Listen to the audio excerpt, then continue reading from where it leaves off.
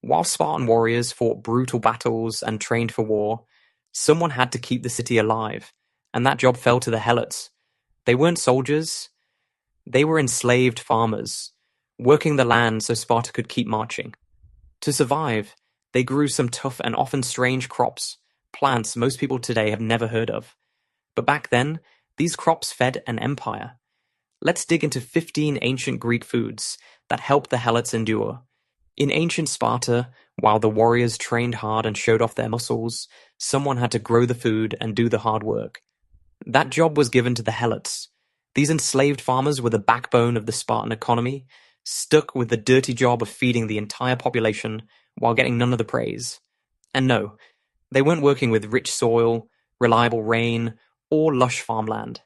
They were stuck with dry, rocky earth that barely wanted to grow weeds, let alone grain. So instead of picking the soft, fluffy crops that look good in paintings, they leaned on a set of grains that were just as tough, weather-beaten, and stubborn as they were. First came Emma wheat, the tough old-timer of grains. It didn't need much pampering and got the job done. Emma didn't care if the soil was dry, the sun was cruel, or the wind tried to knock it over. It grew even in tough places where other plants couldn't, held its seeds tightly, and had big grains covered in a hard, rough shell. Sure, it was a pain to process, and definitely not glamorous, but the Helots weren't after something pretty. They just needed food that filled their stomachs and kept them going. This grain was turned into dark, chewy bread or slow-cooked porridge. It was simple, kept you full, and lasted through long days working in the fields or cleaning up after messy Spartans. Emma wasn't soft. It was built to survive, and that made it the perfect crop for people who didn't have the option to fail. If you've made it this far into the video, don't forget to subscribe to the channel. Then there was inkhorn, which looked like Emma's scrappy younger cousin. It was smaller, didn't yield as much, and was even more stubborn about growing when nothing should. Still, it came through when things got rough, especially when the land barely had any nutrients left to give. Einkorn was the grain you planted when you didn't know if anything else would grow. It didn't grow a lot, but it gave just enough. And when that small amount was all you had to survive, einkorn became the quiet hero no one really noticed. The Helots used it in flatbreads and gruel, turning the tiny seeds into meals that might have been plain, but were absolutely essential. Barley, especially hulled barley, was the real champ. It was strong, reliable, and could feed a lot of people without fuss. This wasn't the soft, polished barley you find in cereal boxes now. It was rough, gritty stuff, had to be roasted, then ground down, and even then, biting into a barley cake felt like chewing on a chunk of the earth. But it was fast-growing, resistant to dry spells, and endlessly reliable, which made it a staple for the Helots and even the Spartans themselves. When wheat was running low or didn't grow at all, barley stepped in to keep people on their feet. It was turned into thick porridge, flat loaves, or whatever else could be made with minimal tools and tired hands. Barley wasn't trying to be anything other than what it was: tough, filling, and absolutely necessary. Then there was millet, the quiet grain no one paid much attention to, like the kid in the back of the class who surprised everyone by getting straight A's. Millet was small, easy to overlook, and not very popular. But when the sun got too hot and other crops started dying, millet stayed strong and kept growing. It didn't need much, just a bit of water and a spot of land, and it delivered every time. The Helots knew millet wasn't going to win any taste tests or earn any poems, but when the pantry was empty and the barley didn't come through, millet filled the pot. It made porridge, mush, or bread so plain it made you miss salt, but it filled your belly, and that's what counted. Together, these four grains formed the core of the Helots' diet: gritty, humble, and never showy, but endlessly dependable. They grew in thin soil, didn't mind bad weather, and made enough food to keep whole communities going. While the Spartans trained for war and marched into battle, it was the Helots, working the fields and growing grains, who kept the city fed and running. There was no glory in grinding barley or harvesting emmer under a burning sun, but it got the job done, and in Sparta, that was enough. As centuries passed and farming became more about efficiency and less about grit, these ancient grains slowly faded from the spotlight. Emmer and einkorn were pushed aside by modern wheat, which gave more grain with less effort. Hulled barley was replaced with softer, cleaner varieties that didn't need roasting or hand sorting. Millet, once a backup star, became bird food in most places, forgotten by the very people it once saved. But some things don't disappear completely. They just hide out in the shadows, waiting for someone to notice them again. Today, you'll find emmer in expensive sourdough, einkorn in boutique flour bags, and hulled barley on the shelves of rustic health shops with handwritten labels. Millet even shows up in trendy granola bars and gluten-free recipes these days, acting cool and proud of its ancient roots like it's wearing a vintage badge. Funny how the food that once fed slaves is now considered premium. Back then, it was survival. Now, it's marketed as an ancient superfood. People pay $10 a bag for einkorn flour without knowing they're buying what helots had to eat just to stay alive. Grains did their part, sure, but they didn't work alone. The real backup came from pulses and legumes, adding protein to the plate and strength to the people, all while quietly keeping the soil alive. Broad beans were a common sight in Spartan fields. Big, bulky, and not at all delicate, these beans were known for doing double duty. They filled stomachs and fed the soil. As a nitrogen-fixing legume, they took nutrients from the air and put them into the soil, helping the land stay healthy for the next crops. For the helots, broad beans weren't a luxury. They were everyday food. Boiled, mashed, or thrown into whatever stew was cooking, they were simple, filling, and always reliable. The flavor didn't matter much when you were working sun up to sundown and just needed something to keep your body going. They grew well in poor soil and rough conditions, which made them ideal for overworked land. Broad beans didn't care if the weather was rough or the fields tired. They did what they were supposed to do, without complaint. That kind of reliability was everything when life didn't leave room for error. Today, broad beans still show up in parts of Greece, though they've taken a step back in modern kitchens. People go after trendier foods now, but back in Spartan times, these were pure gold for anyone who needed energy more than taste. Lentils were another everyday hero of the helot diet. Small and quick to grow, they were the quiet powerhouse in the fields. Lentils didn't need rich soil or perfect weather. They grew fast. They held up under pressure, and they fed a lot of people without fuss.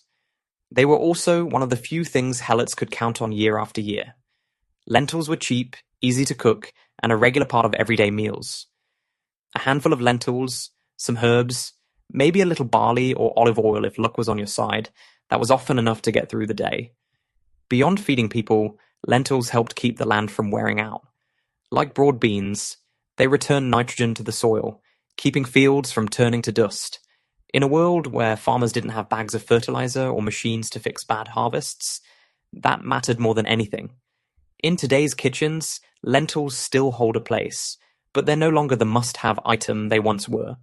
Other legumes have taken the spotlight, and lentils have become something you reach for when you're making soup.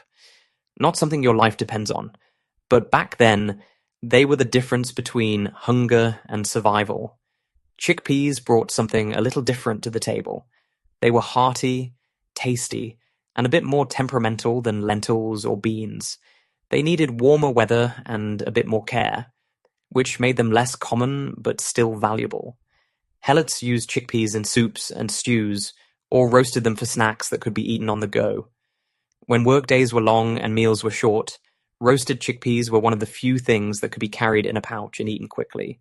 They weren't as easy to grow as lentils, but when they were available, they added a welcome variety. That made a difference for people stuck eating the same grains every day. A different texture or a slightly richer taste could feel like something special, even if it was still just another plant from the field. Modern Greece doesn't lean heavily on chickpeas anymore, not in the traditional sense. You'll still find them in a few dishes, and they've become popular worldwide thanks to hummus and healthy eating trends. But in ancient Sparta, they were simply another tool in the survival kit. Lupins were the beans nobody really wanted to eat, but everyone was glad to have when things went wrong. They grew easily, even in weak soil, and produced plenty of seeds. The catch was they came loaded with bitterness and natural toxins. So before eating them, they had to be soaked in water over and over to make them safe. For the helots, Lupins were famine food. When other crops failed, when the weather turned harsh or a war ruined the fields, lupins were what you turned to. Preparing them took patience, and the taste was never great, but they gave just enough to keep people going. Lupins were also fed to animals, so even if they weren't in the pot, they were still part of the food chain. They supported life in quiet, tough ways, holding people up when little else could. Now, lupins are mostly forgotten in Greece. A few health brands are trying to bring them back with modern recipes and protein snacks, but their old role as emergency food is a thing of the past. Vetch was the lowest ranking member of the pulse family. Originally meant for animal feed, it only ended up in human meals when there was no other option. But that didn't make it useless. In the worst seasons, when grain stores ran out and the ground gave nothing back, Vetch stepped in. It could be boiled, mashed, or ground into a rough flour. The taste was bitter, and it didn't sit well with everyone, but it had calories and protein, which was more than nothing. For Helots living close to the edge, that counted. Vetch also grew fast and helped keep the soil from dying out. Even if it wasn't feeding people directly, it made the land more usable the next year. Like so many things in ancient farming, its value wasn't in how good it tasted, but in what it made possible.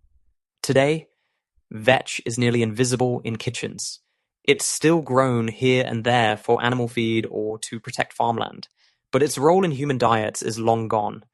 It's one of those forgotten crops that once held up entire communities without asking for thanks. In Sparta, where the soil was dry and rain didn't show up much, Helots took care of small orchards.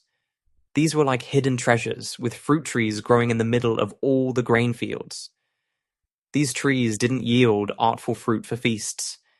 Instead, they offered modest, hard-won sweetness that whispered of comfort in a life built on grind, sweat, and survival.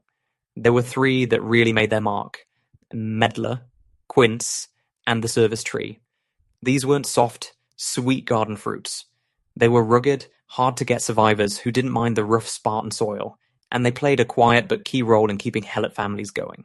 The medlar was the oddball of the orchard. A funny little fruit that had to be bletted before it could be eaten.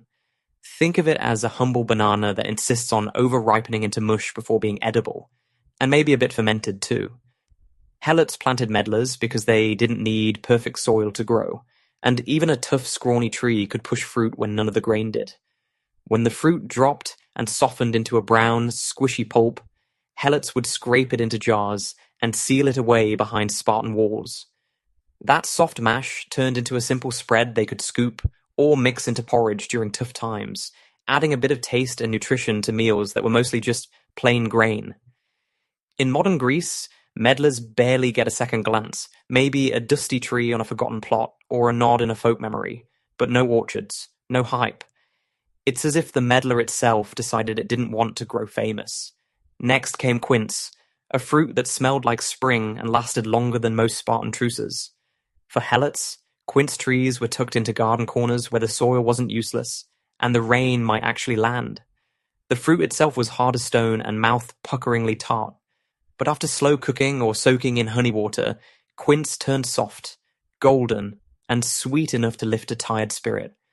Helots made thick jams and baked flat loaves from it, something richer than grain porridge and more comforting than plain bread. After a long day in the fields, that warm, fragrant bite was a rare bit of joy. Quince is still around today, though barely. It survives in old recipes, sticky amber preserves and fire-roasted slices passed down through families, not flashy enough for cafes but still cherished in quiet kitchens and backyard trees. The service tree was slower. It took years to fruit and decades to thrive. But once it did, it offered something different. Crisp fruit that could be eaten fresh or turned into rustic wine and cider. Helots didn't count on it as a main food source. It was more of a long game, a tree planted for someone else's future. A few trees here and there added light, a juicy variety to an otherwise heavy, grain-filled diet. Beyond the grains and the scattered fruit trees, Helots also grew oil and seed crops. These might not have been as impressive or eye-catching as golden wheat or glowing quinces, but they were just as vital. These weren't the kind of crops grown for show or celebration. They were tough, low-maintenance plants that got the job done. They gave people something to eat, something to wear, a bit of light at night, and a small sense of comfort in a hard life. Carob was one of the standouts. This tree was the tough friend who never complained. Its dark, leathery pods hung on through dry seasons and rough soil like they had something to prove. They looked like dried up bananas and tasted like weak chocolate. But for Helots, carob was always there when needed. When grain ran short and fruit trees failed, the carob tree stood strong, offering up its pods like quiet lifelines. They could be dried and ground into meal, stirred into porridge, or used as a basic sweetener for people who rarely had access to honey. Carob trees didn't need pampering either. They were drought-resistant and could thrive where other trees gave up.